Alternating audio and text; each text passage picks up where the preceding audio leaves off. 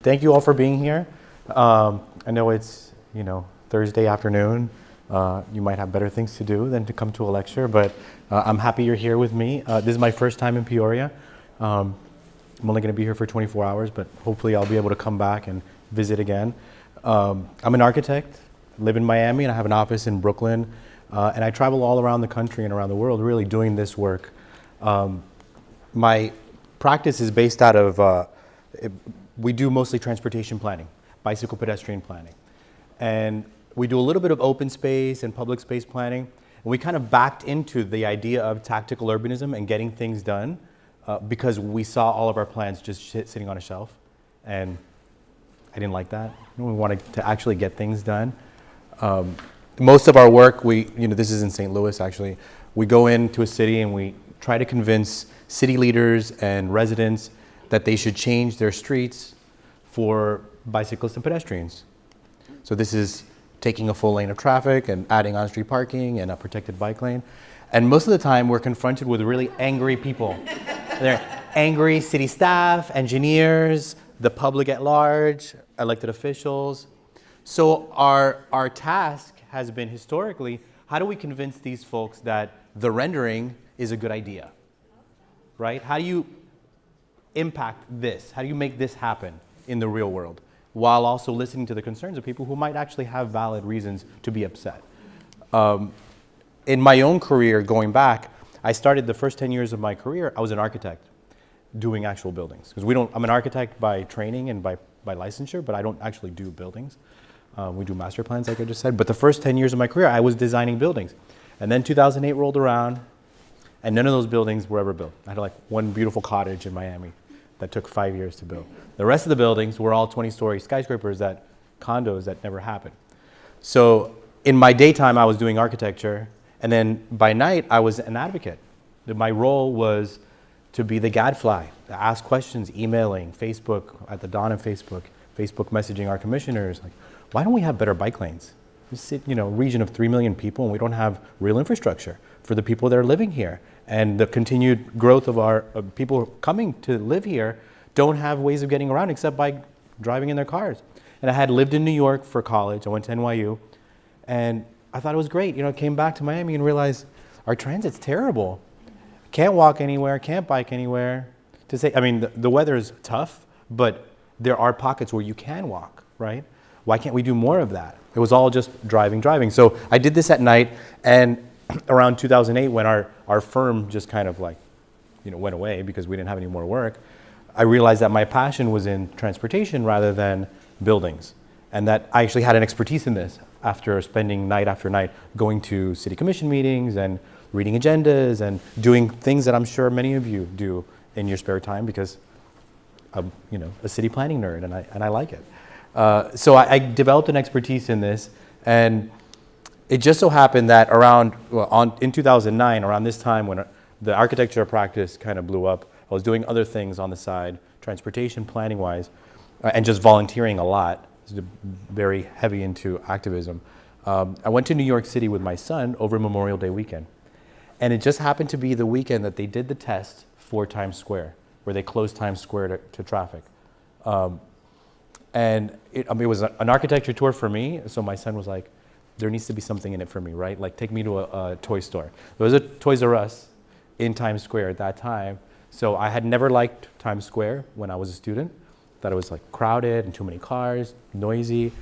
But then I encountered this scene, and I was like, I get it, right away. I understood it. I didn't need a master plan study to tell me what it was. I didn't need a public meeting to tell me what it was. I enjoyed the space for the first time in my whole life. And we sat down, we opened the toy and had fun. And then it was like a light bulb went on. Like, oh, of course we can do things. Why are we not empowered to actually do better things in the community? They don't have to spend a lot of money doing these things. These are Kmart chairs and plastic bollards. Why can't we do more of this? So I went home and started talking to my business partner, who was my co-writer on the blog. That image I showed called Transit Miami, that was a blog. That was my tool for trying to push the needle. So we were bloggers, and now he's my business partner. And he lives in New York and I live in Miami. So we started talking about it, and it turns out that since the 1960s, there was a plan on the books to close Times Square to cars and all of Broadway, the entire length of Broadway. But of course, that plan sat on a shelf for 50 or 60 years because there was no political will or desire, interest, money, who knows, to actually implement it until Mayor Bloomberg connected the dots between livability and the economic vitality of the city and said, let's do this. We're going to do a test. They intended to do a 3-day test, right? And it was so successful by public opinion that they just left it. And then they iterated on it. The interesting thing about that test was that the biggest opponent of that was the bid, the Times Square merchants, right? You're going to kill retail sales. You're going to make traffic worse. You're going to make, I mean, it's a safety problem. You're going to make people die in the middle of the street because people are going to run them over. So they started doing their own data collection, and the city did as well. They realized that retail sales improved 30%, safety improved across all modes. And so the biggest opponent of this plan became the biggest proponent. They commissioned an architect to do a rendering, and they iterated it along the way so that the Kmart chairs became IKEA chairs. And the pavement was painted. And then they made small improvements over time, right? Leading up to final construction. And so I like to say that that's the rendering. I mean, that is the rendering. This is the final product. If they had commissioned an architect to do a rendering in 2009 rather than close the street, we would still be talking today about the rendering and about the plan to do it instead of how awesome it is to be in that space. And that is the disruptive power of tactical urbanism in action. And I'm not saying that everywhere is Times Square, right? This is a special case, but the disruptive element of this is everywhere. It's about our way of viewing what we assume to be reality and how we can break it. And so tactical urbanism at its core, the simplest way of thinking about it, is a way of delivering projects, transportation projects, open space projects, architecture projects, in smaller and smaller increments, rather than jumping into long-term capital design, which is what we do now for 99% of our projects, right? You have a master plan, it goes out to bid, you wait 5 or 10 years for something to get built, you spend millions of dollars, only to find out that the result is mediocre because it didn't do something critical that it should have done and that got lost along the way. We consultants were flawed, the engineering consultants and the planning consultants. We don't always get it right, and that's not a bad thing, that's normal, we're human. But we spend a lot of money jumping into this when we could actually break it down. And so most people are really familiar with the pop-up, that's your one-day intervention. But I think the real value to this methodology is in your 1 month to up to 5 years. How can you really test infrastructure at a cost that is a fraction of the final result and get things on the ground right now? Who wants to wait for 50 years for something to be done? Nobody. Nobody in this room. I've never met one person that says, let's wait 10 years and really think about this. That doesn't happen. And why is it that we jump into that final version? Why is it that the system is so flawed? It's really slow and expensive. This is the planning process. And I'm sure many of you here know. Oh, I didn't take my poll. How many of you here are neighborhood activists? It's what you do. You're here because you're interested in this. How many staffers? City staff? See a couple of you. Any elected officials? Elected official? Okay. So I'm going to speak to all of your different elements here, I think. As a consultant, I can tell you right now, 90% of the planning processes that we do is just checking a box. Public input is just checking a box. You have to do it. We're not here to get input from you. It doesn't really matter in the final outcome of the project. You know this, right? That should bother you. It bothers me as a consultant. I don't like doing that. I don't just like having a meeting on a Wednesday night in cafeteria to show you what's been decided and to give you the illusion that you're going to be able to impact it. Because frankly, you can't impact a project that is of a certain scale. And I like showing, this is the construction of I-95 in downtown Miami. Went through our oldest part of Miami. It's Overton. It was the community of color, still is. And the only building that was left was the Mount Zion Church because it had an organized constituency of people that could fight against the interstate, right? In the day before the internet, the highway goes around it. And so there is a response there, but it took that church to move the interstate. And they just moved it. It's not like they stopped the interstate, right? And I think that has accumulated a certain cynicism in our society, a distrust in government. What can government do for me? How slow is government, right? We deal with these things on the left and the right all the time. But the silver lining in my head is, and I think this is something that's been happening for the past 10 years, easily or more, right? And a lot of this came about because of 2008, because municipal budgets became dry at that time, but there were still people moving back to the city. And so there was an incredible need, and people just started taking it upon themselves to do this type of work. Overall, the silver lining is that there is an expectation of progress, right? We expect our devices to get better, software gets better, but we invest millions of dollars in our cities, and it's not iterative.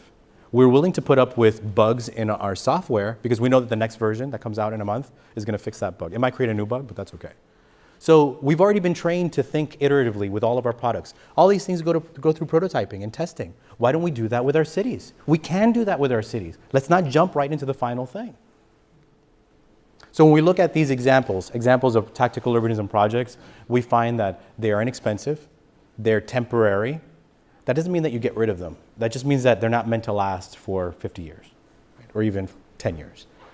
They're built off of existing plans. Very important distinction here between guerrilla urbanism, that is you all going out in the middle of the night and doing something cool, which I totally sanction, and tactical urbanism, which is let's take the municipal plans that you've invested your dollars in, your dollars pay for those plans, right? Let's remember that. Let's take some of the ideas off of those plans. There's good ideas and there's really terrible ideas. Let's get the good ideas off the paper and out into the real world. And finally, social capital. Let's create a planning process and an input process that is truly flexible and transparent, where you're giving input and you're figuring out whether you like this thing or not, and it changes based on your involvement. Not because you went to a public meeting on a Wednesday night in a cafeteria. Who wants to do that? Nobody wants to do that. Why should we expect people to do something that we ourselves wouldn't want to do as consultants and city leaders, right? We shouldn't. That last element about social capital, I think, is important. There's an element of making in what we do, like you all making. And we were just talking, I was talking with staff about what's the limit between what we can do as volunteers and when we need professionals, right? And there is a limit, and it's very nuanced. But part of this is just getting your hands dirty. And not only the people who support a project, but the people who are opponents. When we get people who really hate a project to help build it, even on a temporary basis, it's like theirs. Then it becomes a whole other thing. They can be critical of it without being mean-spirited and not like the project from the get-go. Now, the project I'm going to show you here was designed and built by a group of high school students.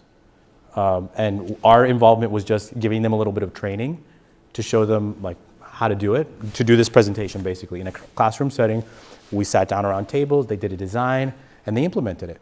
And I'll say this, the reason I think making is important is because we remember 90% of what we make, right? 90% of what we do is embedded in here. And I think that that's a powerful thing when we're trying to educate people on why this stuff is important. It's not just about doing it, right? You have to like educate your constituents and some of you all to want this, right? And your neighbors should know why you're doing it.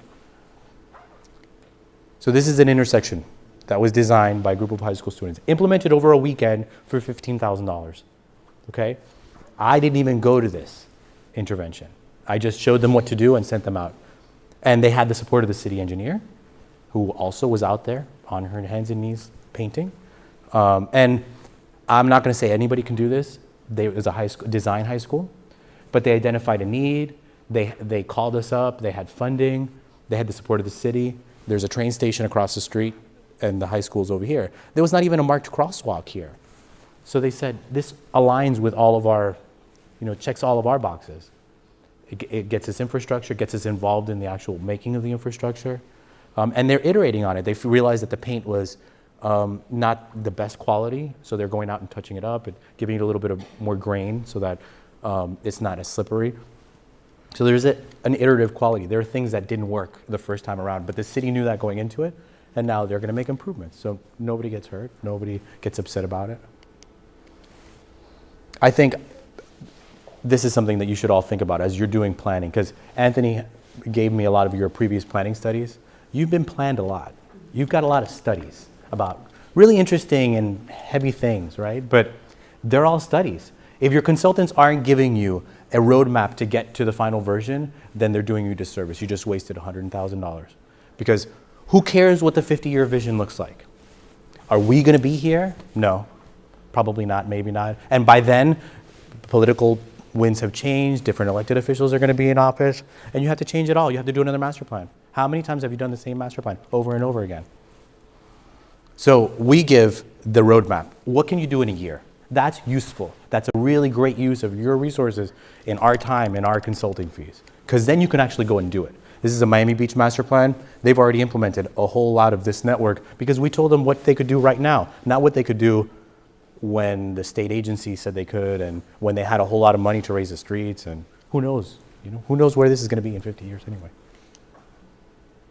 Here's another project we did in Idaho. This is a town of 1,500 people. We were brought in through grant funding, through an outside funding source. And we gave them this longer term vision, but with a town of 1,500 people, this is like the 500-year vision. That's not going to happen for a while. So what can you do right now? Because this is the existing context.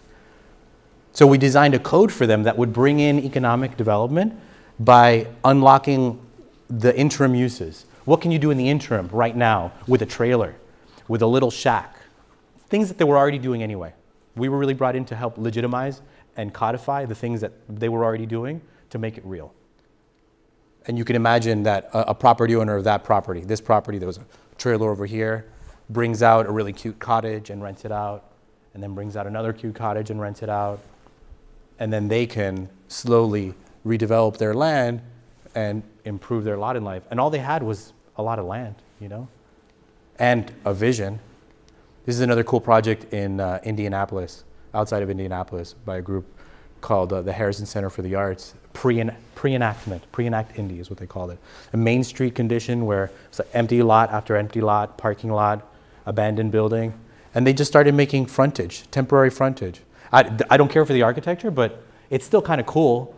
You can build this stuff for $5,000 and then put containers to create temporary retail.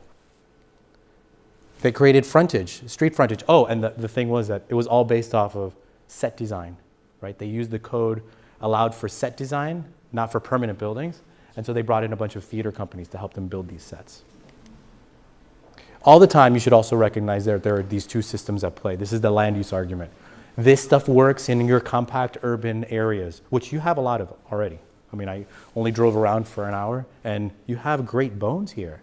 So use those bones. It doesn't work as well in the context where you have to drive everywhere on the fringe. There are things that you can do for that, but the scale of that requires a different type of development. With your 8-lane arterials, I don't know if you have those here, I didn't see them yet, but that's it's a tougher sell to have a beautiful art crosswalk across an 8-lane arterial, right?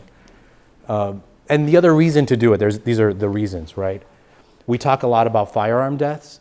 Nobody talks about the fact that more people die as a result of crashes, automobile crashes, than firearm deaths in this country.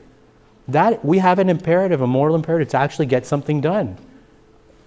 When it comes to our street design and the way that we design our cities so that people are actually out there dying. In Miami-Dade County, every single day, pedestrians and bicyclists dying every day because of the way we design our streets. It's not an accident.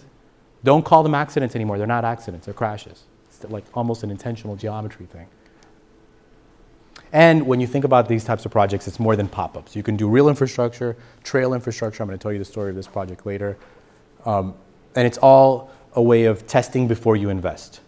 And this is a diagram that we took from product design, a book called The Lean Startup. You build a prototype and you measure its impact. You measure, real measurement. And then you build another better prototype. And you do that over and over until you get to your final product. And we see municipalities do this, right? That Times Square example. Citizens didn't go out in the middle of Times Square and close Times Square, right? Sometimes you need political support. But there are examples of bottom up, and I'm going to show you an example of that. Or developers do this a lot. Design firms, business improvement districts, your DDAs, or your downtown development authority type agencies. It's all about figuring out what you can do. We're so trained to tell us, municipal codes and permitting process, tell us what you can't do. We want to know what we can do, and that's what this is about. What can we do right now? To date, we've documented this all over the world. You can get a lot of this online for free. TacticalUrbanismGuide.com. We're looking at India, China, places that are already really They don't call it tactical urbanism. It's just the way that they do things. Resource poor places already have had to deal with this for centuries, right? In this country, we haven't ever had that problem until recently, where we have to really think about how we're spending money and whether a lot of these improvements, we're spending millions of dollars on a curb. Like, is that a really good use of our money? So one of these documents shows materials that you can use. This is all free online. You can look at it. And the idea here is to talk to the engineers. What are the standards that you can use? What are the materials that you can use for certain types of projects? How long are they going to last? How much do they cost? And how long does it take to install them? How complicated is it? So why use this methodology? You want to widen your public engagement beyond the public meeting in the library at 6 p.m. on Wednesday, where nobody goes. Expedite delivery of public benefits. To me, that's the most powerful part of this whole methodology, is that we have a need right now. Let's get something in the ground right now. We know it's not the final thing, but that's okay because we're not spending a lot of money on it. And then we can ramp up from there. But at least people can start using the infrastructure and it gets safer. You can test an element of a plan that's already been thought about, and you allow people to actually physically experience things. It's different than seeing a rendering, right? I come from the New Urbanist school of philosophy, my background as an architect.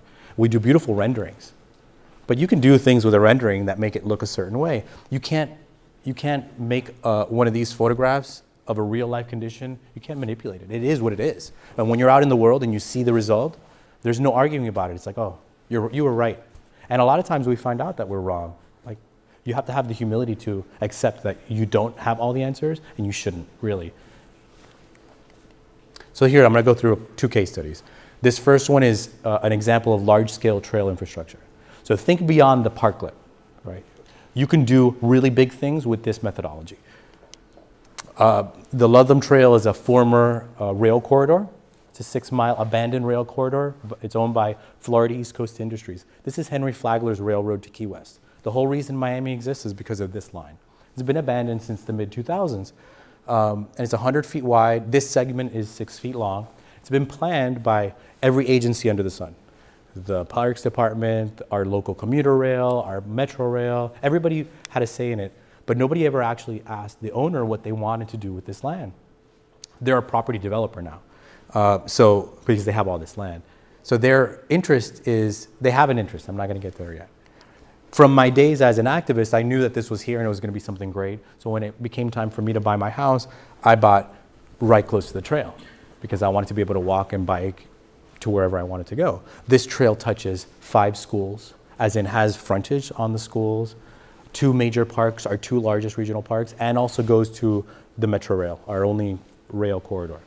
It is the mother of safe routes to school projects. Great mobility, rewards once it's built. So I knew this is a great thing. And I called up the railroad guys and I said, hey guys, what are you going to do with this land? And they said, oh, we're going to let you know we have a really great idea. You're going to love it. You're going to love it. Beware when they say you're going to love it. So one day, I was in January of that year. One day in August, I got a postcard in the mail, not dissimilar from this one, announcing a change in the comprehensive development master plan for this land from transportation to high density development. They wanted townhouses all along the whole thing. And some McMansions too. And they were going to give us a 5-foot sidewalk. Like, you got your trail, Tony, congratulations. So I called them up when I got this. I said, guys, really? This is the way you're going to start a semi-legislative official process and you're not going to have a master plan. This is 75 acres in the middle of a developed Miami-Dade County. It's private land, but you have a responsibility to be a good neighbor, I think, to the people around you. And it could be a potential resource if you do it right. I don't suggest that you don't develop your land, but that there is a balance between your private interest, your fiduciary responsibility to your shareholders, and also the public good. You can balance it. You can get your development at certain key areas, but you can really save the rest of this land. And they said, no, you know what? Don't worry. We're going to keep on going through this process. Thanks, but no thanks. This all, by the way, I did as a neighbor, activist person, because I knew better. And I happened to be a planner. So I organized my neighbors. And I said, if you guys aren't going to do a public hearing or a public meeting or an official master plan process, we're going to do it ourselves. And we're going to create our own master plan. And we're going to lobby for it. And we're going to go out in the press. And you're not going to be able to control that process or be involved. So that's what we did. We went to one of the high schools. That was One night from August to November, I went door to door, talked to my neighbors, organized a huge town hall. 500 people showed up, invited the railroad to come and answer questions. Benign. There was not even a design session. It was just like, come and answer questions. And, you know, good for them. They were there for 3 hours. It was a brutal meeting. They said the same thing over and over. This is the United States of America. We can do whatever we want with our land. This is our private property. You people are crazy. You know, you hippie people want trails. We're going to develop this. And we said, okay, that's what you want. The next week was the actual commission meeting where they were going to approve it or not. And we brought all these people to the commission dais. And at the beginning of the meeting, the commissioner said, no, this is great. The railroad has a lot of money, right? So they have a lot of influence. At the beginning of the meeting, the commissioners were in agreement that they were going to let the project go forward. And then we had all these people talk. And they said, Tony, what do you want to do? What does your group want to do? Because by that time, we had started a Friends of Ludlum Trail. We organized.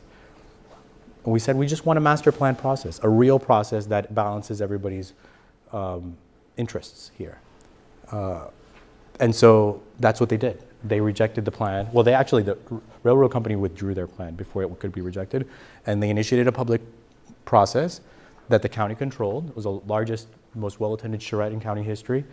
And 25% of the land now will be development at major intersections where we were going to need an overhead crossing anyway. Those streets that have like 150,000 cars a day are going to have overhead crossings, and they'll pay for them.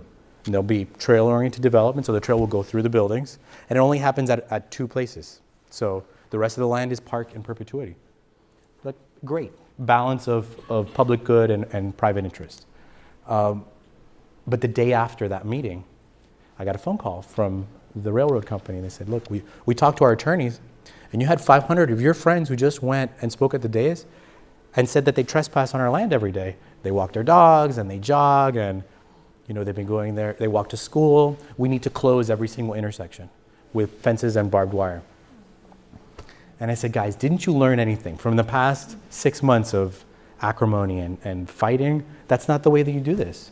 You don't turn an aggressive situation even worse by closing it off. Their interest is in selling this land. They want to get money for the rest of this land, the parkland, to the highest bidder. I said, we can help you with that. Why not? Why don't we organize events, open it up? Let's build a temporary trail, remove the berm that's there and the railroad ties so that people can use it, because it's kind of hidden. It's a really, you know, beautiful piece of infrastructure, but you can't really see it unless you cross over it. So I tried to convince them of that. I did some guerrilla actions of my own, putting up signage, and they got upset. Like, why did you do that? Who told you you could do that? I don't need your permission. Go take it down. Tell the municipality to take it down. They didn't go take it down. These are still there. This was like 3 years ago. So it took convincing, months and months of convincing. So that meeting was in November. They called me the next day. The meeting was in December. They called me the next day. Then it took another 8 months, January to August, of negotiating, convincing. We created a whole business plan. This is how we'll do it. This is how much it'll cost. This is how we'll do events on the trail and how much money we'll raise. And finally, in August, they agreed. They invested $200,000 in a 3-mile trail. I mean, that's a lot of money for a pop-up, but in the realm of infrastructure, $200,000 is a drop in the bucket. And it's still there right now. So that was the win, I think. And since then, almost to the day that we had our you know, terrible, mean public meeting, we had our first public bike ride on the trail. We had the City of Miami commissioner, who is now the mayor, his son's first bike ride on the trail this day. And since then, we've had events, got political support behind us, have a run club, we do holiday events. My colleagues hate this photo because there's nobody in it, but that's because I stopped everybody because I wanted my pretty photo for presentations. These are like battery operated. Oh, I think this first year we actually used real candles, 3 miles worth of candles.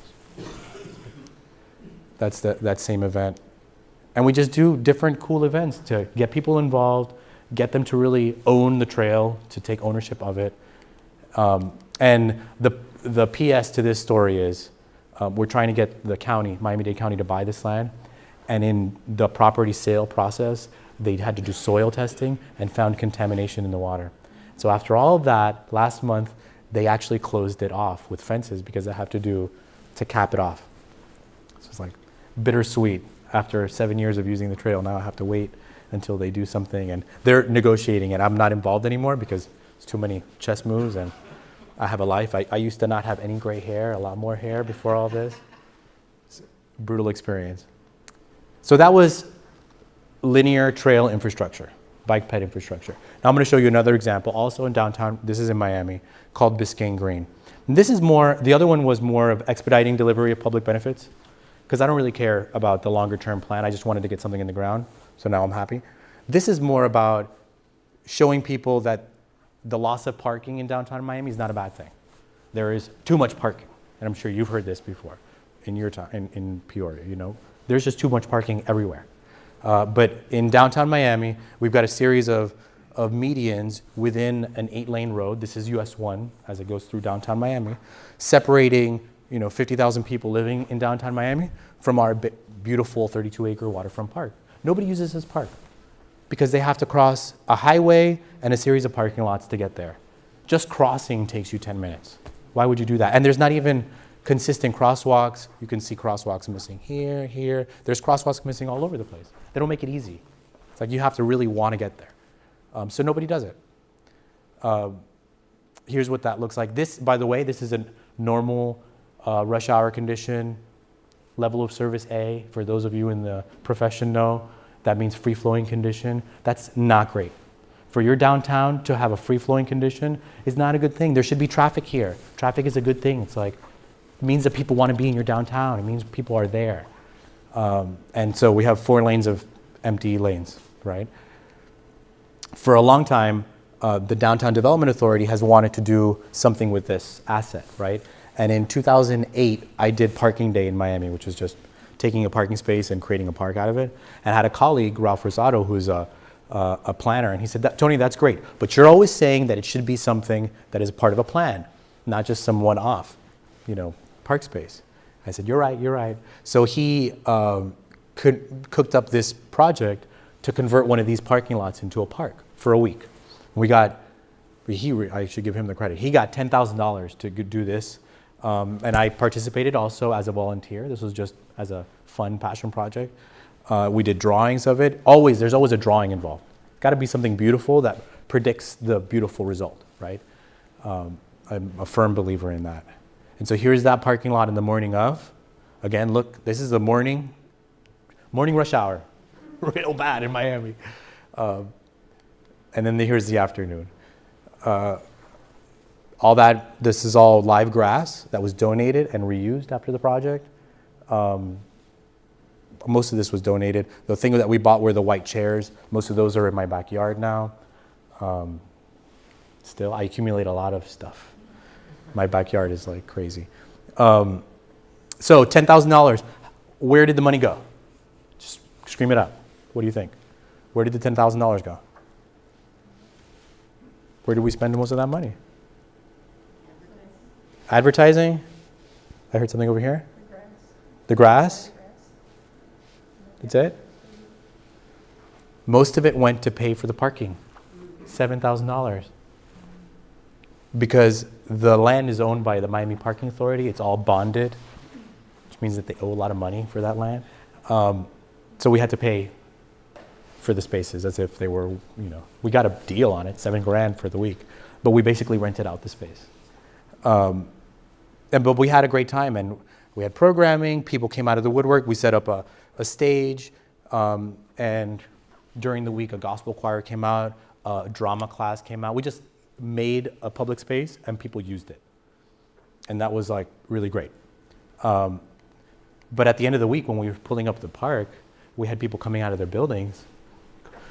What are you doing? You can't take away a public park. This is public space. This is our land.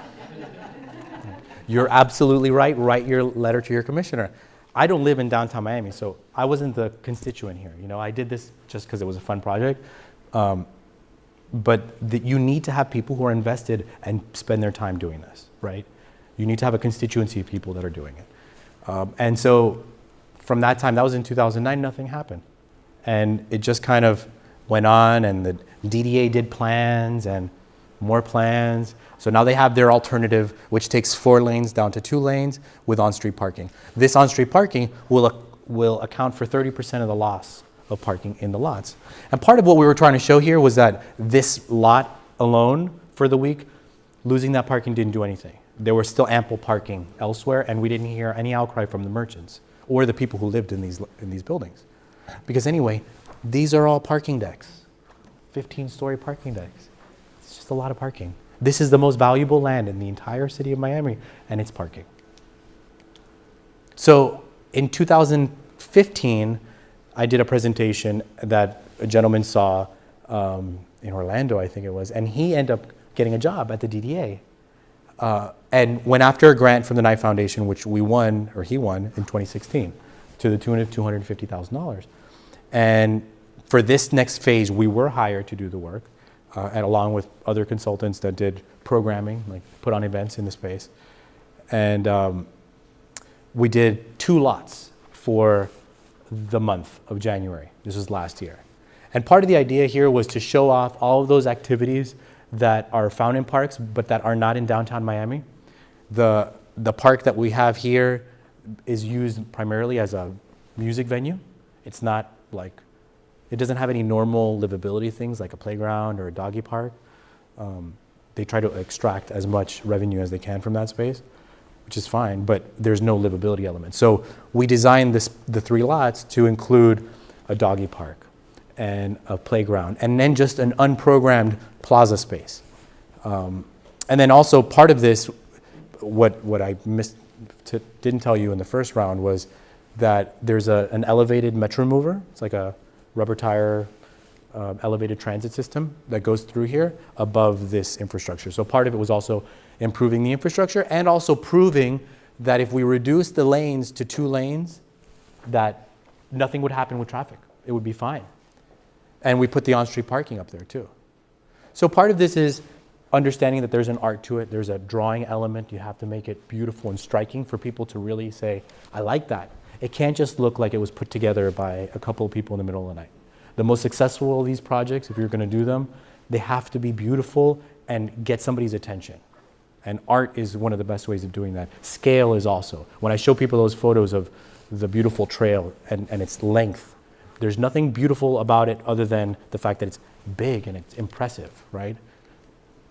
So 2017 in January, we did the project the week after New Year's Day, the week of New Year's, the first week of the year, and we had 30 volunteers come out in Miami in vacation time, which I thought was really great. I have my son come out. This is my son and my wife. He comes with me on any time that we can. He comes out. These are projects that anyone from 8 to 80 can do. They should be. Everybody could be involved in this type of work. And this is the finished product. So this is permanent paint. It's basically acrylic paint that we got from Home Depot. But the parking lines are still there. They can do events here anytime they want, now that this is in the ground. And does anybody know what the meaning of this is? Does it call out to anybody? These are waves, right? All of this, this is my iconography. All of this is going to be underwater at one time. Little did I know when I did this project that later this year, all of this, well, last year, was going to be underwater. During Hurricane Irma, all of this was underwater, like pretty high up. So the meaning of this came to fruition a lot faster than I thought it was going to be. I have an image of this underwater. I don't like to show it. We also painted crosswalks. This is the first time that FDOT, Florida Department of Transportation, allowed a crosswalk, a painted crosswalk on their infrastructure. They thought it was temporary. So we were doing another project and I called them up recently. I said, hey, what was the process that we did to get that crosswalk in the ground? And they said, wait, that's still there? And I said, oh, the line just dropped. I don't know what happened. My coverage is not great. So their office is way in the suburbs on the, far away from downtown. They never walk around here, so they don't even know it's still here. I think they sent a letter to the DDA, which also got lost. So this is still there. We made a lot of furniture out of found materials. We did a lot of dumpster diving. Pallet furniture, which is also, a lot of this is in my backyard right now. All these pallets, I have like 50 pallets in my backyard. My wife is dying to get rid of this stuff. So If you want pallets, I'll ship them over here. Here's that street. This is what the street should look like, arguably, maybe with some better trees, not palm trees. You would never know that this was not like this on a normal basis, but this was just for that month, right? We had a bike share station come out, and God bless the parking authority. The moment, the paint hadn't even dried on the parking stalls, the lines denoting the parking stalls, and they put up a pay by phone sign like the day of. They were not missing out on $1 of revenue. Oh, by the way, $250,000, biggest line item expense, parking, $75,000. All the materials that you see, all of this stuff, $14,000. And most of it's still there. We also talked to and negotiated with Miami-Dade Transit, and they allowed us to do art for the first time on their infrastructure on a trial basis, which has lasted until now. It's still there. They were always worried about graffiti and people maintenance, basically. But I mean, it's held up really well. It's beautiful. Again, your projects should be beautiful, even if they're made by hand. They should have a quality to them that people love, because then that's the way you're creating a constituency of people. So there you've got passive open space, park space, and part of this is measurement, right? So we talked about build, measure, learn, measuring the impact of what you do. We partnered with a company that has these little like Big Brother type devices that count the number of people, and they also tell you what your mood is. I don't know how they do it, but we had a lot of happy people, some confused people. It also tells you gender. So we had like 20-some odd thousand people, 23,000 I think it was. Majority of them were male. It's interesting. I don't know what that says about the design of public spaces that favor men versus over women, but tells you times. So this gives you an overall ability to start to redesign the space for a better use. Now, I don't know what we learned about it, but as soon as we put it out there, people were using it. This was by day, and we did have the help of the downtown ambassadors. They would make sure that nothing got stolen. But for the most part, we had no thefts at all. They stole a bucket of paint the first day that we were painting. Like, really? Blue paint of this specific color? What are you going to do with this? It's not house paint. They're not going to paint the house bright blue. And by night, on certain days, we had big events, which really brought out the community. This put tactical urbanism on the map for Miamians. They're like, oh, now I can say, like Biscayne Green, you remember that? And they're like, oh yeah, that's great. And because it was pretty, they have a different notion about it than if it were just pallets, put out by a couple people in the middle of the night. And we found that local sales increased, anecdotally. Parking was not a problem. We took 2 parking lots. Now next year we'll do 3 parking lots. I want them, they need to take this on. I don't live there, I'm not pushing for it. But we did get a lot of good press, and we had all the muckety mucks finally came out and said, we're gonna do this, we're gonna make this happen. And the local commissioner said, I'm gonna make this real by the end of my term, and I heard him on the radio. I posted on Facebook, and I'm not friends with him, I don't know him from Adam, but he posted on my Facebook right after. I said, did I hear Ken Russell just say that he was gonna make Biscayne Green permanent? And he said, that would be crazy. I'm sure he didn't say that. We'd better listen in. Well, that was last year. And they went after $1 million grant this year. They didn't get it. I call up my client and say, guys, you don't need $1 million to do this project. You already have stuff in the ground. You need $5,000 to get a generator and to hire a band for a month. Do it over the weekends. It's not a big deal. By the way, there were other things that happened as a part of this project. They cleaned the sidewalks for the first time in like a decade. And they changed the lights. So they didn't want to be embarrassed by all the things that were normal DDA responsibilities. And it's funny because I gave this presentation recently, and some of them were in the audience, and they called me the next day really angry, like, how could you say that in public? Tell people that. I'm like, you have to be honest, be real about your responsibilities and about what goes wrong and what's right.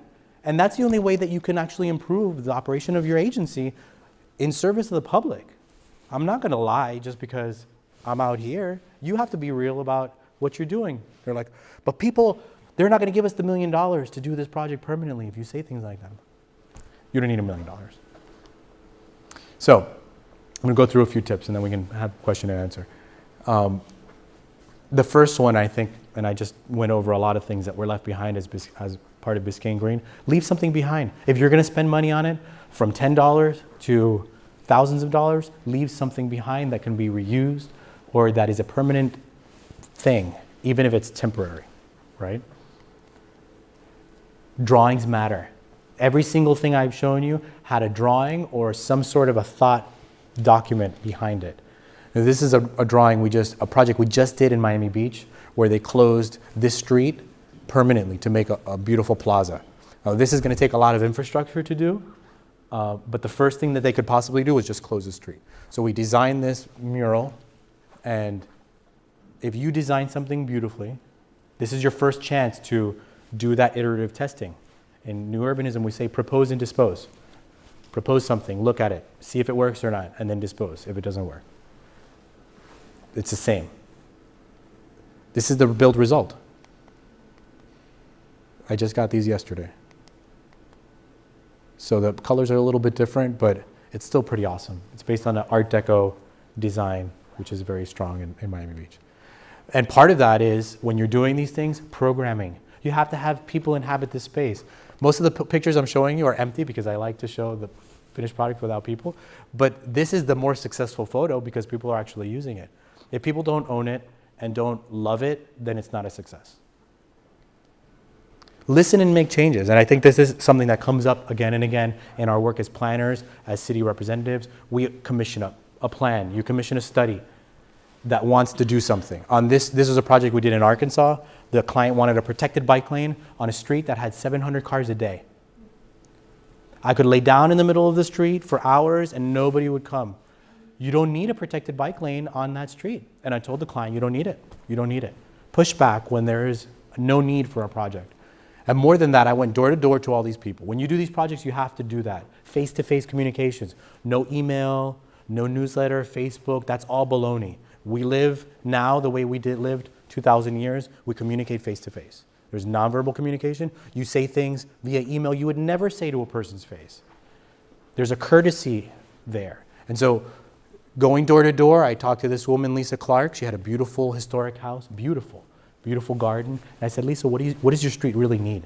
And she said, all we really need is a stop sign at this intersection because it's a two-way stop and people are speeding through the opposite direction. We don't need a bike lane. We don't need anything else. And I said, okay. We made a deal. And I said, well, let's test this element out, which was a diverter. It made this a very low-stress connection across that busy street for bicyclists to see if people were going to actually slow down. What we discovered was the pavement width was 17 feet. Okay? This is a yield condition. If somebody's coming, you have to wait for them to pass. It's an old type of street.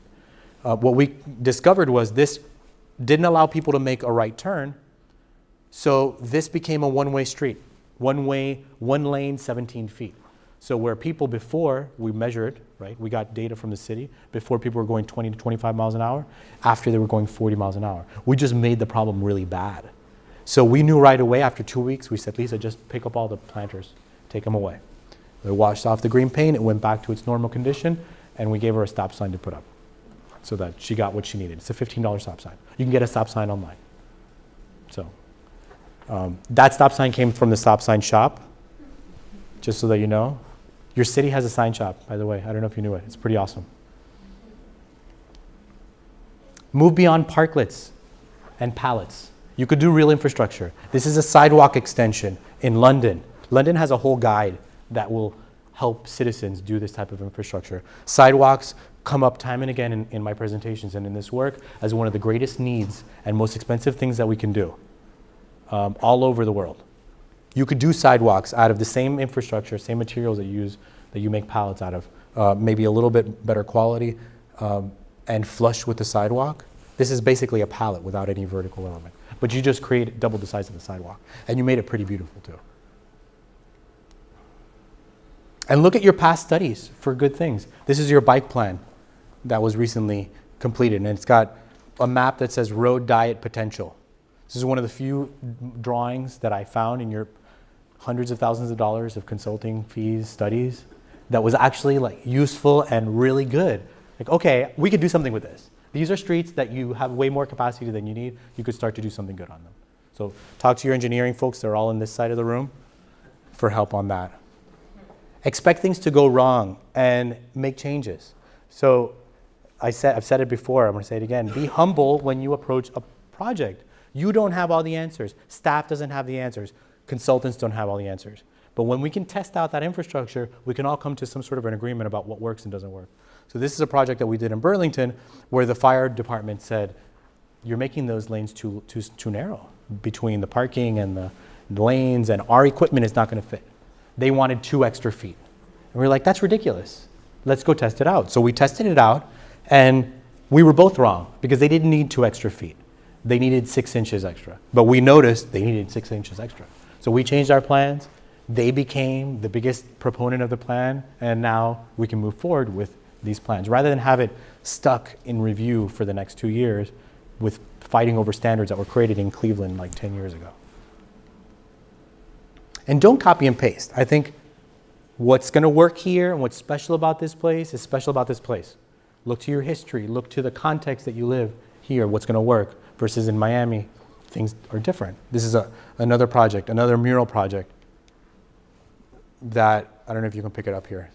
Pineapples. This is an old pineapple grove, historically. So we made a design of pineapples. Do what works here. And the paint is specific to that climate. In California, there was a long time we couldn't use temporary paint because we couldn't wash it off.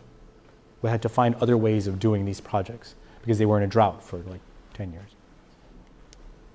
Again, people are important. Every time you do these projects, when we do these projects, if a city asks us to do the project, we say, who are your community partners? Who's going to take the lead in making it fun and awesome? Because it's not going to be the consultant, because I don't live there, and it's not going to be the city, because they're just not set up to do that. That's not their job. This is the job of the people in the community. Making it fun and active and exciting is your job. And have fun. You're already doing a lot of this work. Just keep on doing it. I think you have only opportunity here. And you don't always have to ask for permission. You guys, cover your ears. Sometimes you just have to go out and do things and instigate change, get it done, and then work backwards. This is a project we did in Canada with the Hamilton Society of Architects. We did bulb outs in the middle of the night, just like you're seeing here, bolted to the ground, and the public works engineers freaked out. They issued press releases and statements, and they were made to look foolish because when the press came out and interviewed everybody, they were like, wait a second, the city doesn't want a safety improvement? And these citizens had to go out and do it themselves in the middle of the night with their own money? Shame on you, city. So in like a week, the city had to step it all back and say, wait, this is not a bad idea, we just need to do it a certain way. And since this one project, they did like 100 other curb extensions. They actually created a program so that people could request it in their neighborhoods. Within a year, it was like an official thing. But it took that one example of shaming the city to actually get it to happen. It shouldn't be that way, but sometimes it is that way. So our next thing is trying to find a way. We're studying crosswalks. The art crosswalks has come up time and again in our work as being a really great way of slowing traffic, creating vibrancy and interest, involving the community, and it just gets shut down for the most inane reasons. But there's really no data one way or the other to say whether it's safe or not. And anecdotally, we've talked to clients of ours that show speeding reductions, but we want to do a really robust study. Because I think in our presentations, when I do this talk, it always comes up. Because people want to do it. It's easy, and it's fun, and it makes really beautiful results. And the federal government, the FHWA, has standards that say you can't do that. Like the Federal Highway Authority Administration has standards for neighborhood streets. That's baloney. So we're trying to balance national standards for highways with local neighborhood streets. So that's the next thing. Anyway, thank you. Thank you, everybody.